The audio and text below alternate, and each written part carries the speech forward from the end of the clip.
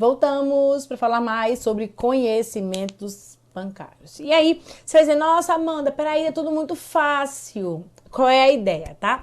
A ideia nesse nosso primeiro bloco, que vai durar mais ou menos 3 horas, é fracionar o conteúdo para vocês. A seguinte estratégia é fazer vocês compreenderem, sem soluçar, todo o funcionamento, a parte mais abstrata. Porque qual é a minha preocupação e qual é normalmente a dor dos alunos? Ele faz, Amanda, é muito decoreba.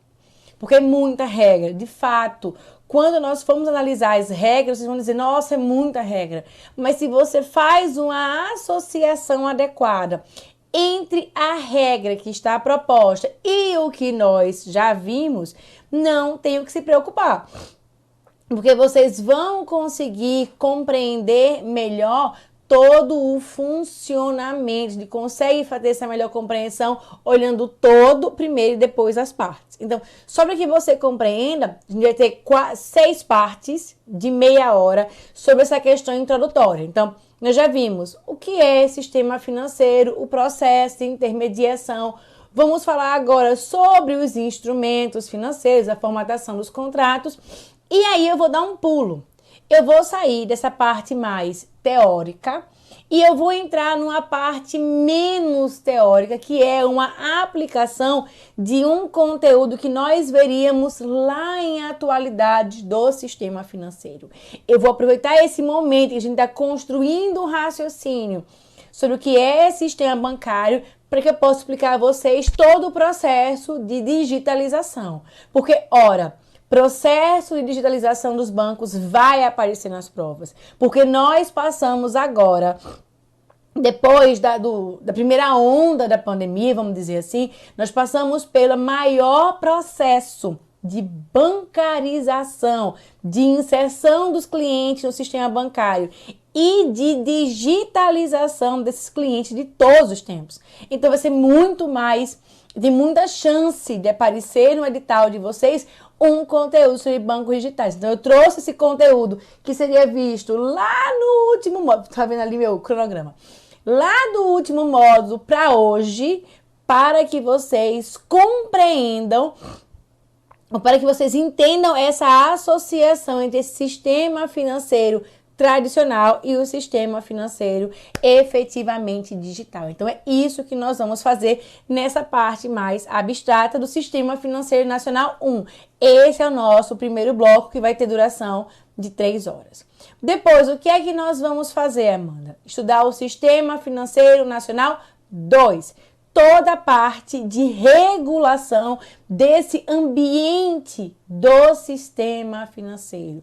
Todas as características do sistema financeiro. Sistema financeiro 2. Então, eu entendo o que é o sistema financeiro, eu entendo as regras. Se eu entendi como é que funciona, as regras vêm muito mais tranquilas de serem compreendidas. Para só a partir daí estudar cada um dos nossos 4 segmentos de mercado. E você já sabe quais segmentos de mercado. Eu preciso estudar o mercado de crédito, que é a parte do sistema financeiro focado em atender às necessidades das famílias. Eu preciso entender o funcionamento do mercado de capitais, parte do sistema financeiro focado em entender as necessidades das empresas. Preciso entender o mercado monetário, parte do sistema financeiro focado em atender os desejos dos governos. E o mercado cambial também, que é a parte do sistema financeiro focado em atender às necessidades do resto do mundo. Então, quando eu fizer a análise desses 4 mercados, aí eu estou pronta para fazer nossa última análise. E qual é a minha última análise? É que eu preciso compreender como essas operações podem acontecer em segurança, podem acontecer sem que nós tenhamos riscos de uma lavagem de dinheiro. Então, é isso que nós vamos trabalhar, é essa historinha que nós vamos contar. E o que nós estamos fazendo, para vocês dizendo, nossa, muito cansada essa aula. O que nós estamos fazendo agora é construindo os alicerces para que você possa compreender melhor esse funcionamento. Então, é isso que nós estamos fazendo. E aí, eu e minha rinite gostaríamos de falar para vocês o seguinte, que nós vamos estudar nesse bloco de hoje a estruturação dos instrumentos financeiros.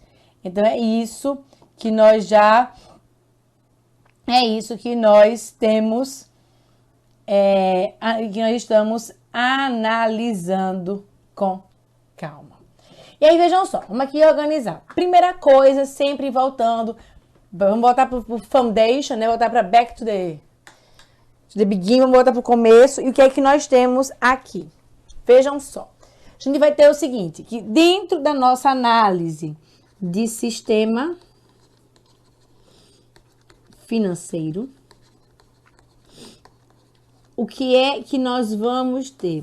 Falar em sistema financeiro é falar em intermediação financeira.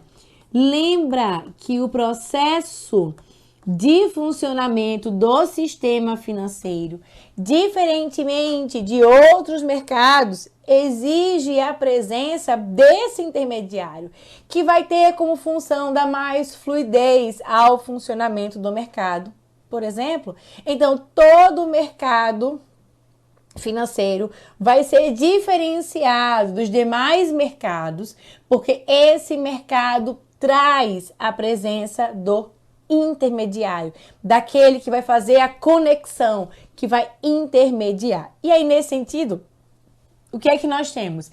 Essa intermediação financeira vai ser feita por um intermediário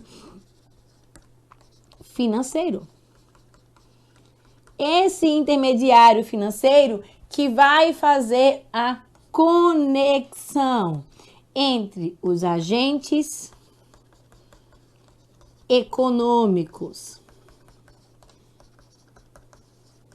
deficitários que vão receber os recursos e, do outro lado, os meus agentes econômicos superavitários. Esses agentes econômicos superavitários que irão fazer a cessão desses recursos.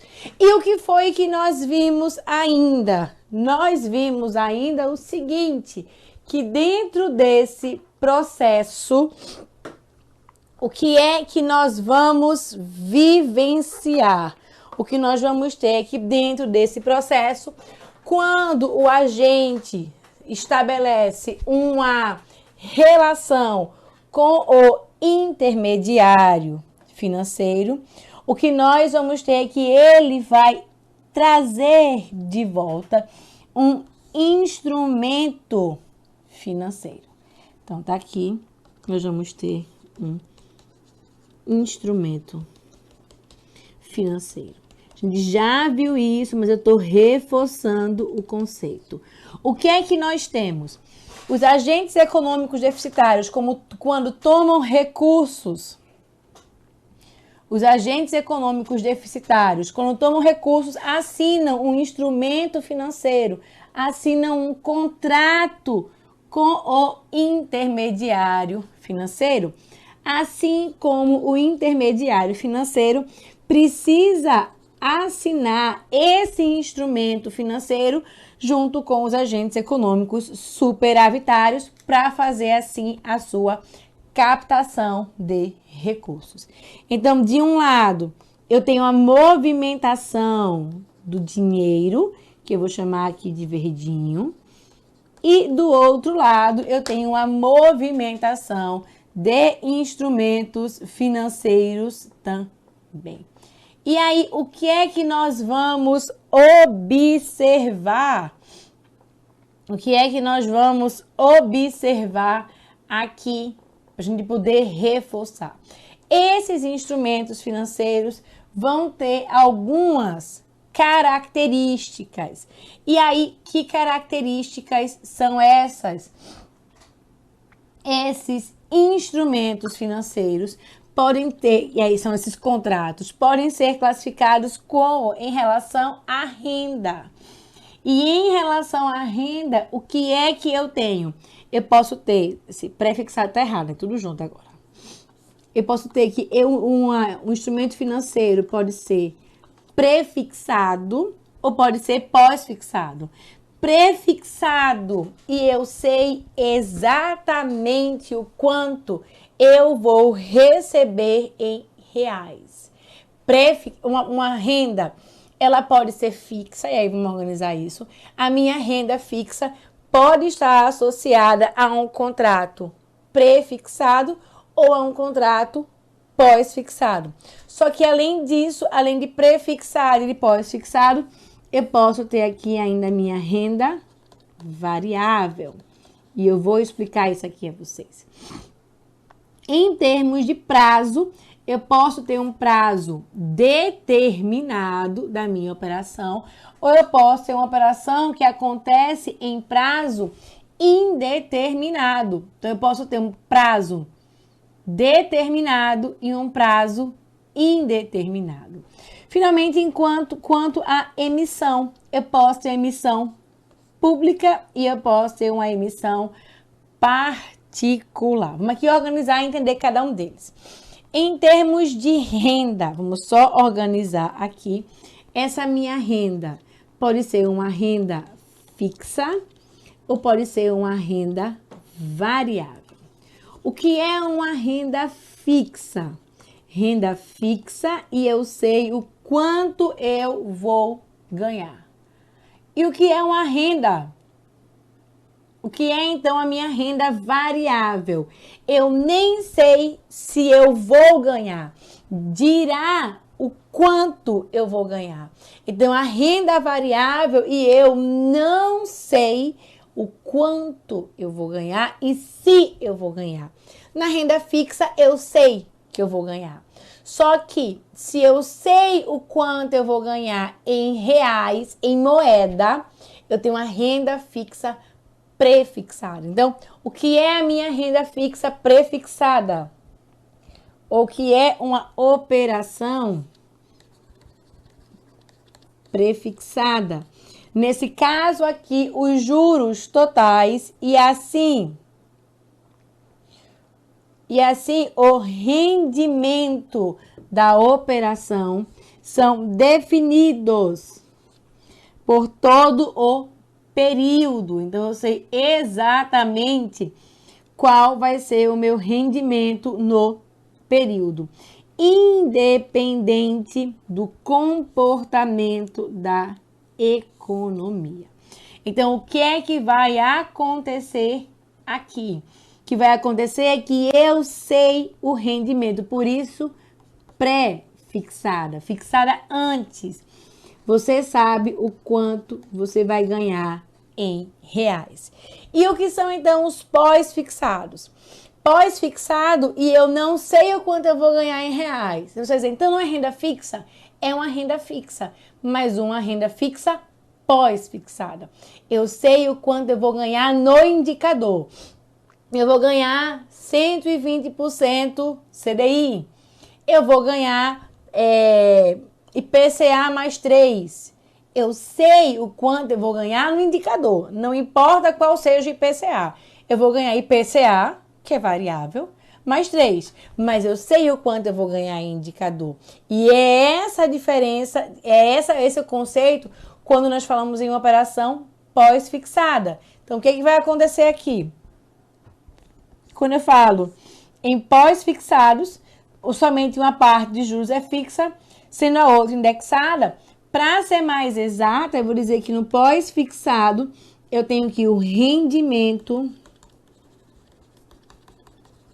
é associado, o rendimento será assim associado a um índice ou a um indexador.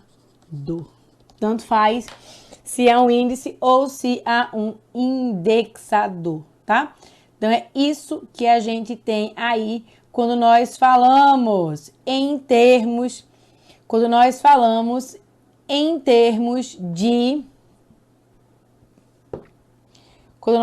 aqui em termos de pré-fixado e pós-fixado.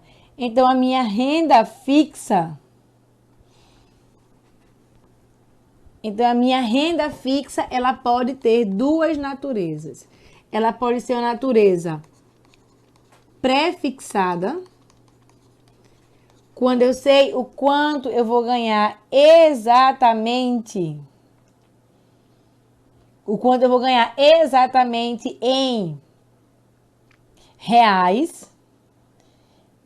E aí, o que é que eu tenho ainda? Eu posso ter uma renda fixa pós-fixada. E dentro da renda fixa pós-fixada, eu sei o quanto eu vou ganhar em indicador.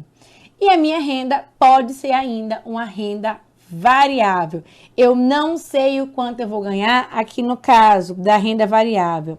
E nós vamos ver isso quando a gente trabalhar com ações. Aqui não existe garantias de ganhos. Pode ser que cresça, sim, pode ser que cresça. Mas, o que a gente vai ter nesse caso... O que a gente vai observar é que a renda variável vai ser utilizada em um momento específico da nossa análise. Então, em termos de instrumento financeiro do contrato que eu vou fazer em instituição financeira e um dos agentes econômicos, eu posso ter uma operação ou instrumento financeiro de renda fixa ou instrumento de renda variável. E se for renda fixa, pré-fixado e pós-fixado também. Então, é isso que a gente tem. Em termos de prazo, esse meu instrumento financeiro pode ter dois prazos. Pode ter um prazo determinado e um prazo indeterminado. Então, o que a gente vai ter aqui? Os meus ativos, meus instrumentos e também os ativos financeiros podem ter um prazo determinado. E aí vai ser de curto prazo, com prazo até 6 meses. Médio prazo de 6 a 12 meses. E longo prazo acima de 24 meses. Então, é isso que a gente tem aqui. Normalmente, a gente vai dizer, então, a operação de curtíssimo prazo é uma operação que está ainda dentro do mês, tá? Então, curto prazo até 6 meses, médio prazo de 6 a 24 meses e longo 24. Ou eu posso ter um prazo indeterminado. De novo, muito frequente quando nós analisamos as ações, esse título e valor mobiliário, que são as ações. E aí, o que é que nós vamos ter nesse movimento aqui? É que não possui data de resgate. Você pode resgatar quando você quiser. E ele fala aqui, podendo ser sacado a qualquer momento. Então, é isso que nós temos quando nós falamos em termos de prazos. E, finalmente, em termos de emissão, eu posso fazer uma emissão pública e nós vamos ver esse tipo de emissão pública aqui através do mercado monetário. Então, o mercado monetário faz emissão pública e aí originário pode ser originário do governo federal apenas. Estados e municípios, além do Banco Central, não podem emitir mais instrumentos financeiros desde a lei de responsabilidade fiscal. Então, se aparecer na sua prova, um Estado pode fazer a emissão de um título público, já marca na cabeça que isso é falso. Um Estado e um município não podem fazer emissão de título público e isso é proibido desde a Constituição da Lei de Responsabilidade Fiscal, tá? Então, vamos lá. Além disso, eu tenho ainda aqui a emissão pode ser feita por particulares, não só por públicos, mas também por particulares. E aí, nesse caso, em termos de emissão por particulares, Esses instrumentos financeiros serão lançados por sociedades privadas autorizadas tanto pelo Banco Central quanto pela CVM, que são duas entidades supervisoras. Então, tá aqui a nossa análise, tá? Então, a gente tem aqui essas classificações quando nós falamos em termos de instrumentos financeiros, que são os contratos que vinculam o intermediário financeiro com o agente econômico respectivo. Então, é isso que a gente tem para poder reforçar a nossa análise. E aí a gente vai dar agora, então, de novo, a gente vai focando e vai abrindo, focando e vai abrindo. Eu vi os instrumentos financeiros, que são os contratos que vinculam as instituições financeiras ou os intermediários financeiros junto aos seus clientes. Os agentes econômicos superavitários, com quem eu vou tomar dinheiro, ou captar recursos, e os agentes econômicos deficitários, a quem eu vou conceder empréstimos para aquelas pessoas em que eu vou aplicar os meus recursos. Então, é isso que nós temos aqui para a gente poder analisar. E aí, o que é que eu quero fazer agora? Eu quero mergulhar com vocês naqueles quatro... Ops, eu vou usar aqui. Naqueles quatro... Deu um bug aqui na lousa? Você calma, mulher. Aqueles 4 segmentos do mercado financeiro que nós vimos lá atrás e que eu quero que a gente olhe com mais calma agora. Vamos lá. A gente viu o seguinte, que eu tenho o mercado financeiro e ele é segmentado em 4 partes. Eu tenho um mercado de crédito.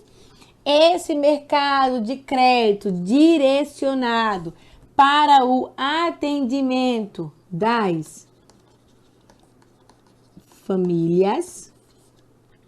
Eu tenho o mercado cambial, que vai ser destinado a entender as necessidades do resto do mundo. Tá aqui. Eu tenho o mercado de capitais, responsável por atender às necessidades das empresas. E o mercado monetário, que atende à necessidade do governo. Todos esses mercados têm em comum a presença de instrumentos financeiros, tá?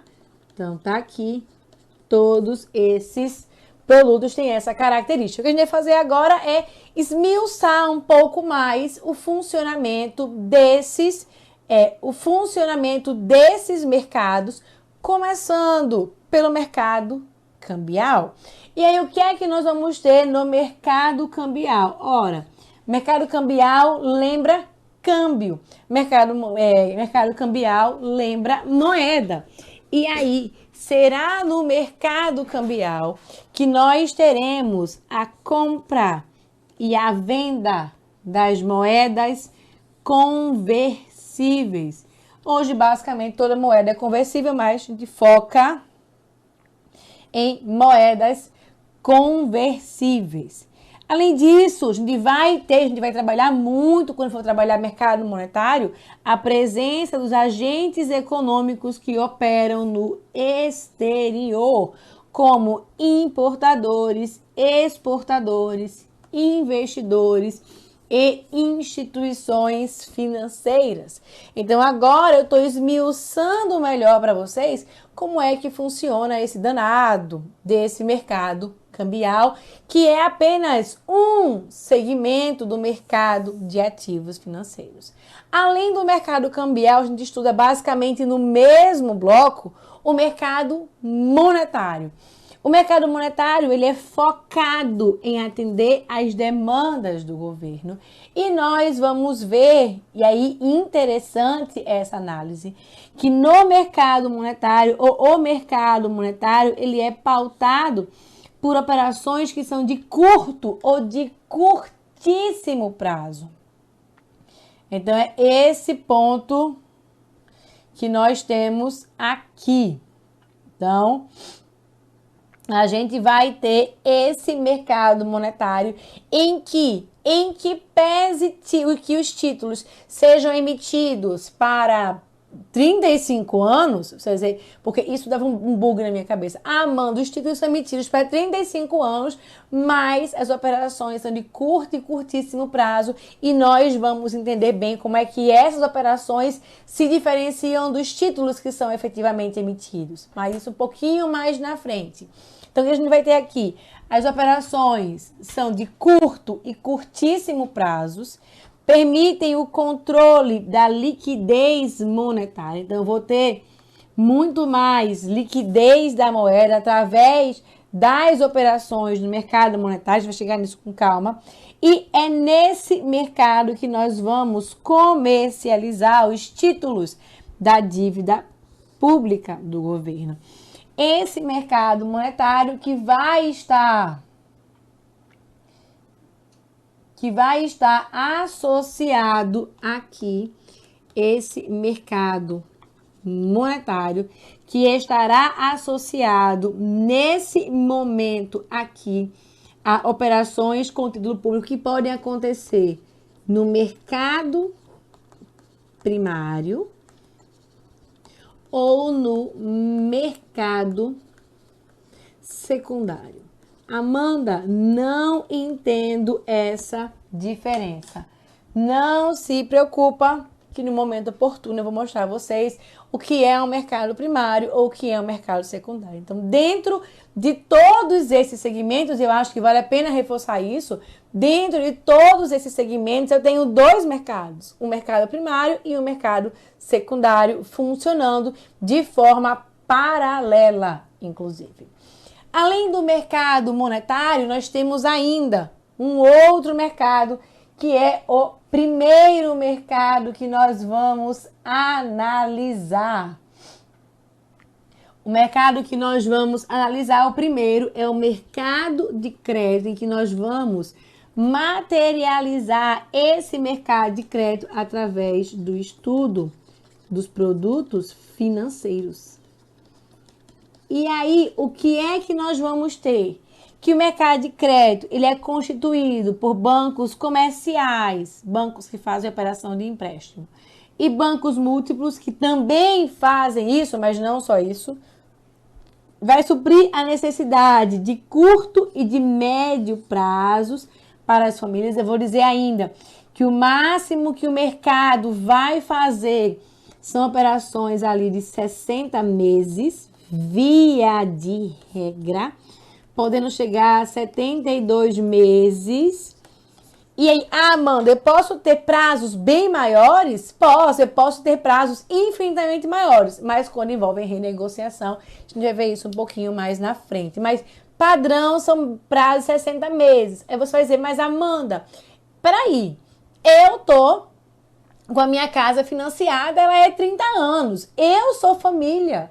E eu vou dizer a você, dentro do mercado de crédito, eu tenho um mercado habitacional e esse mercado habitacional funciona com regras diferentes, porque é uma operação mais complexa, de mais longo prazo, e aí para isso nós temos como grande destaque a presença da Caixa Econômica, como grande representante desse mercado habitacional, e aí, apesar de ser mercado de crédito, de fazer a operação para as famílias, vai fazer a operação para as famílias num prazo maior por conta das especificidades do negócio.